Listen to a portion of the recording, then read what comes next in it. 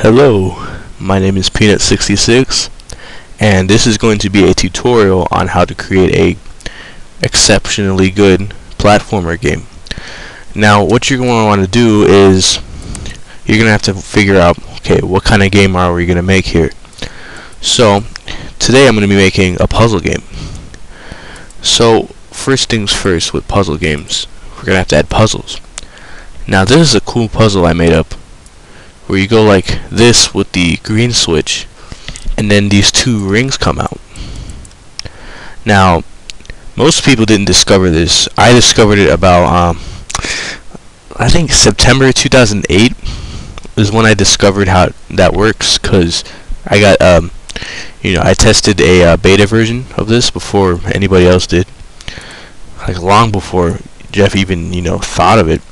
So in order to add puzzles, we're gonna have to do something else here. Now, as you see, those are there, but that just doesn't cut it.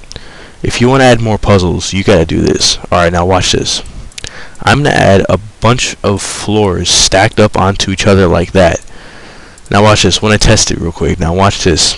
You're gonna be amazed with this thing I figured out. Now, as you can see, how are you supposed to jump over that? Well, guess what? You just hit your sword, boom. You see that? Just went over that with this sword. I made that up, I think 2004 I made that up. That's pretty cool. I didn't even know you can do that. So I'm gonna put a door there just for convenience, because we need the scenery to look as good as possible here.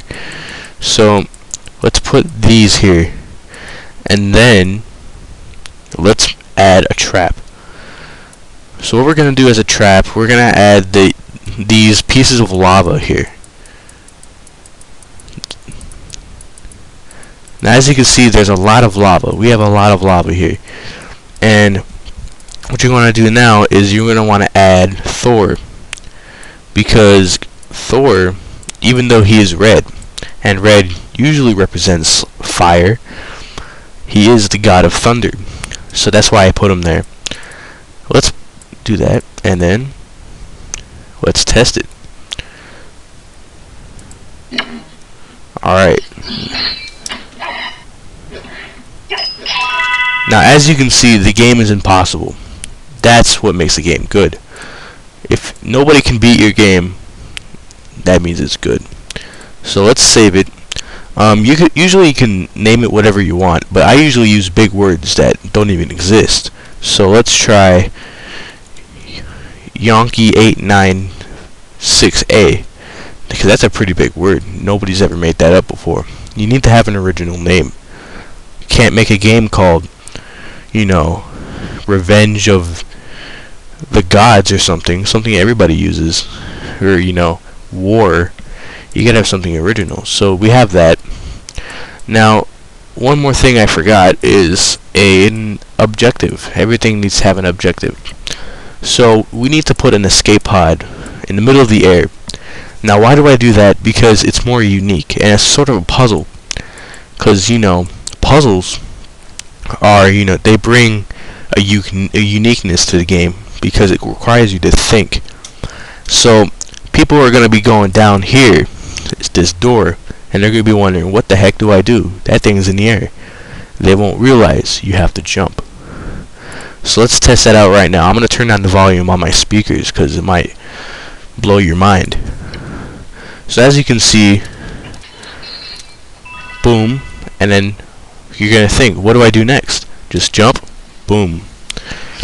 As you may know, or as you may not know, I'm mostly known for the king of puzzles when it comes to platformers. I've actually made platformer games before I made ship games, and that is why I'm so good at it. So it's pretty much, I think we're done. So what we're going to do is publish it. Now, you have the option of making it in 8-bit, which makes it go a bit faster. We're going to do that because faster is always better. Now, don't private it, because then nobody will be able to play it. And you're going to have to publish it. Alright, so let's go back. Oh man, it's recording at a certain region, but we're going to go back here, And as you can see, we have the our game we made. So in order for a platformer game to be good, you have to add a story to it. So go into your description and make up a nice story. So my story is going to be deep. It's going to be about a soldier, a veteran who survived World War II and decides to, build a time machine, and then he decides to stop Hitler from killing himself. So then Hitler can, who knows? I mean, you have to think of it. So let's add that. Hitler, World War II. There we go. And as you can see, we made our new story. Stories are always important. You always got to have a story. So what you want to do is we're going to save it. So there it is. When people play the game, they're going to see that description, and they're going to, they're going to wonder, how did someone create such a wonderful, touching story like that? And you're going to thank me, because without my help, you wouldn't have thought of that. So that's it for the platformer guide. I mean, it's pretty straightforward.